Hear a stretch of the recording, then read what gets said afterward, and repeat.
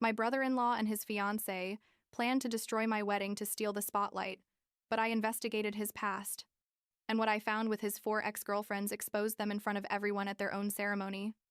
I'm 24 years old. I work in digital marketing, and what happened a few months ago with my brother-in-law Ryan's wedding basically became the craziest story I've ever lived through. And look, I've lived through some stuff. I guess I should start from the beginning. When I met Daniel about 3 years ago. He's the love of my life. I mean, it sounds cheesy, but it's true. He's 25 years old, works in construction. He's the sweetest and hardest working guy you'll ever meet. And it turns out he has an older brother who's the complete opposite.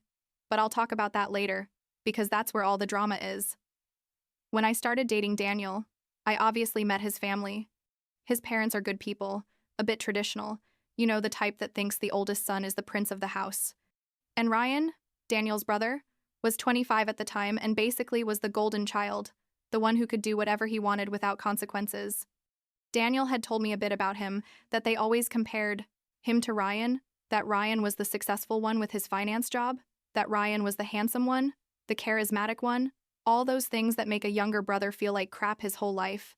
But Daniel never talked badly about him directly, because he's too good for that, which sometimes frustrates me because I do have a tongue and I don't keep quiet about anything. The first time I met Ryan was at a family dinner. I think I'd been dating Daniel for about 6 months. Ryan showed up with a new girl, because he always had a new girl. And I remember thinking it was kind of weird how he acted. Like, very confident, maybe too confident, with that smile that doesn't reach the eyes. He greeted me, was polite. But something didn't sit right with me. Daniel told me later that Ryan had had like 4 girlfriends in the last 2 years.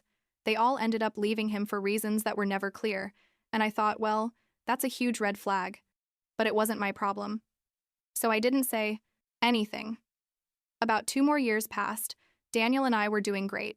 We were living together in a small but cozy apartment, and we started talking about getting married. I was excited. He was excited. Everything. Perfect. And then Ryan showed up one day at Daniel's parents' house with Lauren. Lauren was like 26 years old, worked in something HR related, and from the first second I met her, I knew she was going to be a problem. I don't know if you've ever met someone you instantly dislike, for no apparent reason, but then you realize your instinct was completely right. That was Lauren. Lauren was one of those people who make passive-aggressive comments disguised as compliments. The first time we talked, she said something like, "Oh, what a cute dress. I would never dare wear something so daring." And I was like, what? Because my dress was literally a normal black dress. Nothing special. But Daniel squeezed my hand like saying, let it go, and I held back because we were at his parents' house, and I wanted to make a good impression. What I didn't know was that Lauren was like that with everyone, but especially with me because, as I would discover later, she saw me as competition or something, which is absurd because I didn't even interact much with Ryan. Well, it turns out Ryan and Lauren had been dating for about 3 months when we officially announced we were getting married. We said it at a family dinner. Everyone was happy. We toasted. It was nice. And literally 2 weeks later, Ryan announced that he was also getting married to Lauren. 2 weeks. Can you believe it? Daniel looked at me with a what the fuck face, because we knew perfectly well that Ryan was doing that to steal attention, to be the center of everything as always. And the worst part is that his parents were more excited about Ryan's wedding than ours. Like, oh, Ryan finally settling down. Ryan found the one. And I was thinking, but they've been dating 3 months? Literally 3 months. Everything worse was that Ryan and Lauren decided to get married first. They set a date like 3 months before our wedding. And Lauren started making comments about how her wedding was going to be elegant, sophisticated, not like those simple weddings that people without much budget have, looking directly at me when she said it. Daniel told me to ignore her, that it wasn't worth it. But I was boiling inside because who does this woman think she is? The thing is, I kept being nice, or at least trying to be, because I wanted things to work out for Daniel's sake. We went to family events. I smiled, nodded, endured Lauren's comments about how my hair should be blonder or how my makeup was too much. All those little things that add up and make you want to scream.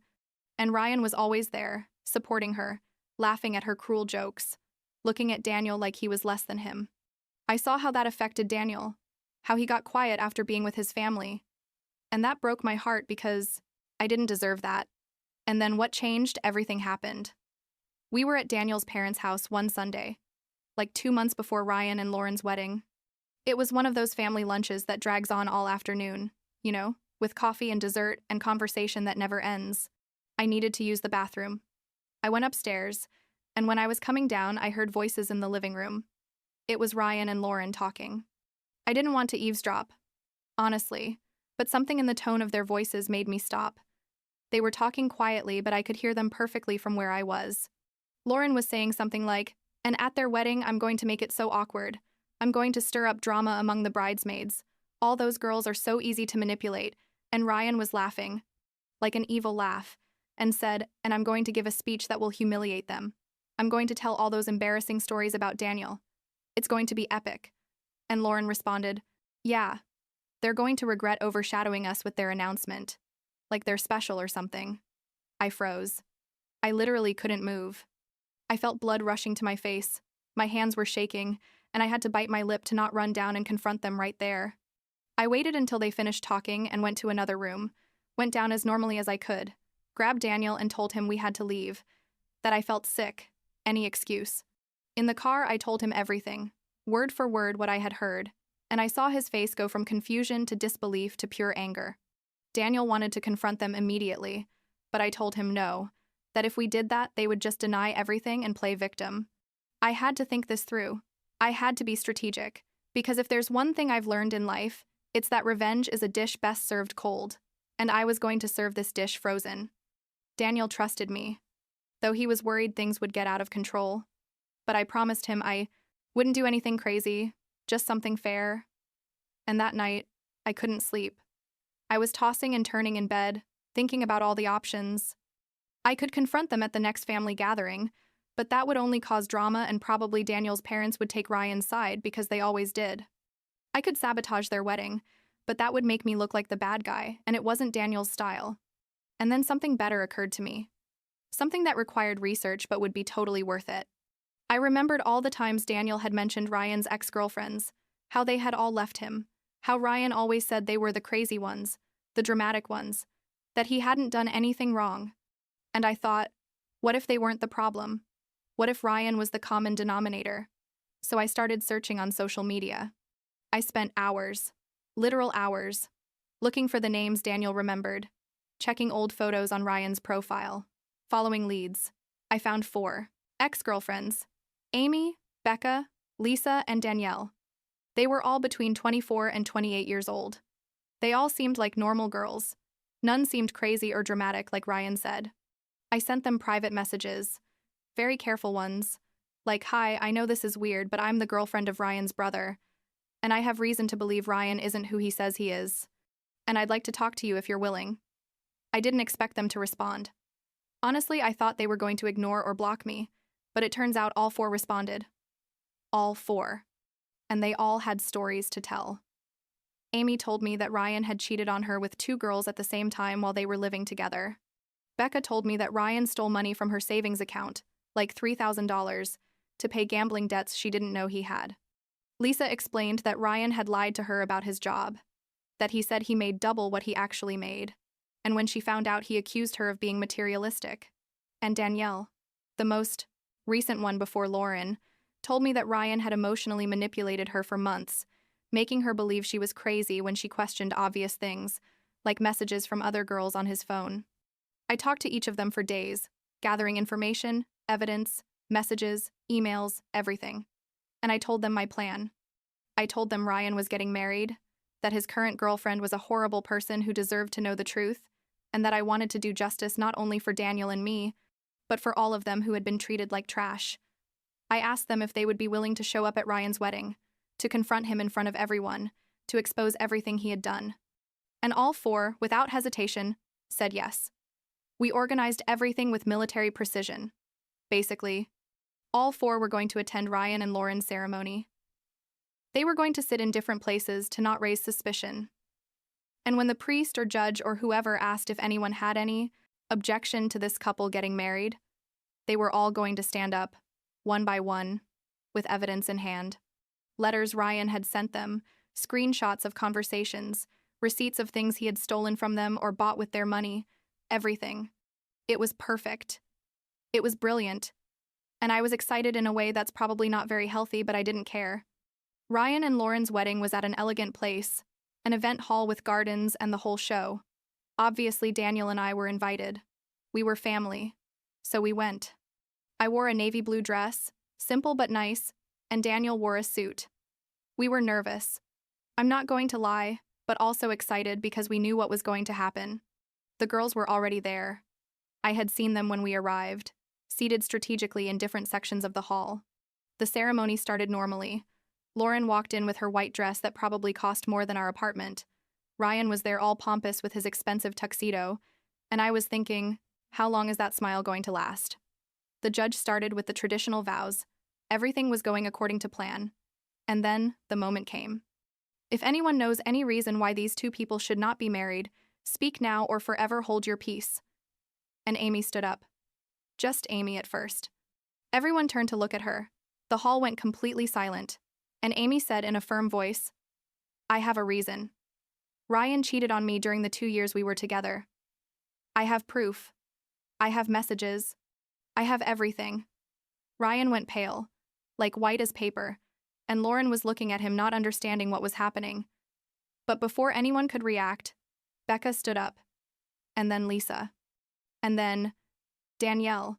And held, one after another, all telling their stories, all showing their evidence, all exposing every lie, every betrayal, every manipulation Ryan had committed.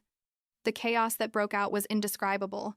People were yelling, Lauren was crying, Daniel's parents were in shock, Ryan was trying to say it was all lies, that these women were crazy, that it was a conspiracy. But the evidence was there, physical, undeniable. I was sitting there with Daniel, trying to keep a neutral face, but inside I was euphoric. Like this is the most satisfying thing I've seen in my life. Daniel was squeezing my hand. I don't know if from nerves or excitement, or both. The judge obviously stopped the ceremony, said he couldn't continue under these circumstances, and Lauren ran out with her dress dragging on the floor, crying hysterically. Ryan ran after her, yelling her name, and half the guests stood there not knowing what to do, while the other half started murmuring and taking out their phones to record or take pictures. It was a complete, total, absolute disaster, and I couldn't be happier with the result. After that, things got interesting. I mean, even more interesting. It turns out Lauren convinced Ryan to go ahead with the reception. I don't know how or why. I guess because they had already paid for everything, and she didn't want to lose the money. Or maybe because she was in denial. But the reception was the most awkward thing I've ever witnessed. People were whispering. Nobody knew whether to congratulate them or not. The atmosphere was tense to the core. Daniel and I stayed for a while out of family obligation, but we left early, and in the car we couldn't stop talking about how epic everything had been. The following days were crazy. Ryan called Daniel like 500 times, left furious voicemails, accusing us of having orchestrated everything. How dare we? That we were horrible people. And I was thinking, dude, you were planning to ruin our wedding out of pure ego, so don't come playing victim. Lauren also called, crying, saying we were monsters, that we had destroyed the most important day of her life, and I hung up on her without saying anything because honestly I had nothing to say to her. Daniel was worried about his parents, about how they were going to react, because obviously Ryan had filled their heads with us being the culprits of everything. So we decided to go talk to them, face to face, and tell them everything. We explained that we had overheard Ryan and Lauren planning to sabotage our wedding, that we had only done justice, that Ryan's ex-girlfriends deserved to be heard. At first they were confused. They didn't want to believe Ryan was capable of those things. But when we showed them some of the messages the girls had sent us, when we explained in detail everything Ryan had done, they started to understand. Daniel's mother cried, "I'm not going to lie." She cried because she realized she had raised a son who was basically a manipulative sociopath, and the father was quiet, processing everything. But in the end, they told us they understood, that although they didn't completely approve of what we had done, they understood why we did it. And that was enough for us. We didn't need their total approval. We just needed them not to hate us. But Ryan and Lauren weren't going to leave it at that. Obviously not. Like 2 weeks later, we discovered they had gotten our guest list. I don't know how, probably bribing someone or hacking something, and they had sent fake invitations to a bunch of random people, like friends of theirs we didn't know, with the address of our wedding venue and everything. The idea was that these people would show up on our wedding day and cause chaos, that they would ruin everything as revenge for what we had done to them. But we found out because one of the people on the fake list was the cousin of a friend of mine, and she warned us like, hey, I got this invitation, but I think it's weird. And when we saw it, we realized immediately it was fake. So we hired extra security for our wedding, literal security guards with verified guest list, and we gave them photos of Ryan and Lauren with specific instructions not to let them in under any circumstances. Our wedding day finally arrived. I was nervous, but excited. Everything was perfect. The weather was beautiful. The venue looked amazing. My bridesmaids were there helping me with the dress and makeup. And like an hour before the ceremony, one of the security guards came to tell us that Ryan and Lauren had tried to get in, that they had gotten aggressive when told they weren't on the list, and that they had to escort them off the property. I laughed. I laughed so hard I almost ruined my makeup, because the image of them being thrown out by security was too perfect. Our wedding was everything we dreamed of and more. It was intimate. It was beautiful. It was full of love and people who really cared about us. Daniel cried when he saw me walk down the aisle. I cried during the vows. It was all super emotional and perfect. There was no drama. There were no passive-aggressive comments. There was nothing that ruined the moment. Just us, our friends, our family who supported us, and the beginning of our life together. After the wedding, we went on our honeymoon to Greece. We disconnected from everything for 2 weeks, and it was paradise. But when we came back, Daniel received a message from his mom telling him that Lauren had discovered more of Ryan's lies, like that he had another secret bank account with huge debts, that he had been talking to other girls on dating apps even after getting married, and that basically everything the ex-girlfriends had said was true, multiplied by 10. Lauren left him in an epic scene. According to Daniel's mom, she threw all his stuff in the yard, changed the locks, and told him she never wanted to see him again. And Ryan? Well, Ryan now lives alone in a cheap apartment. He lost his job because his reputation was destroyed after all this became public in his social circle. And basically, he's paying the consequences of years of being a horrible person. The last time Daniel talked to him was like 3 months ago. Ryan wanted to apologize, said he had hit rock bottom, that he wanted to change. Daniel told him he forgave him, but didn't want him in his life for now, that maybe in the future things could be different, but that he needed time and space. I'm proud of Daniel for setting boundaries, because I know it was hard for him. Lauren tried to contact me once after everything. She sent me a long message apologizing, saying she had been horrible to me, that she had let herself be carried away by Ryan, that now she understood everything. I responded something short like, "Thanks for the apology. I hope you're well." But I didn't want to continue the conversation because honestly, I have no interest in having any kind of relationship with her. Some things can't be fixed with a simple apology.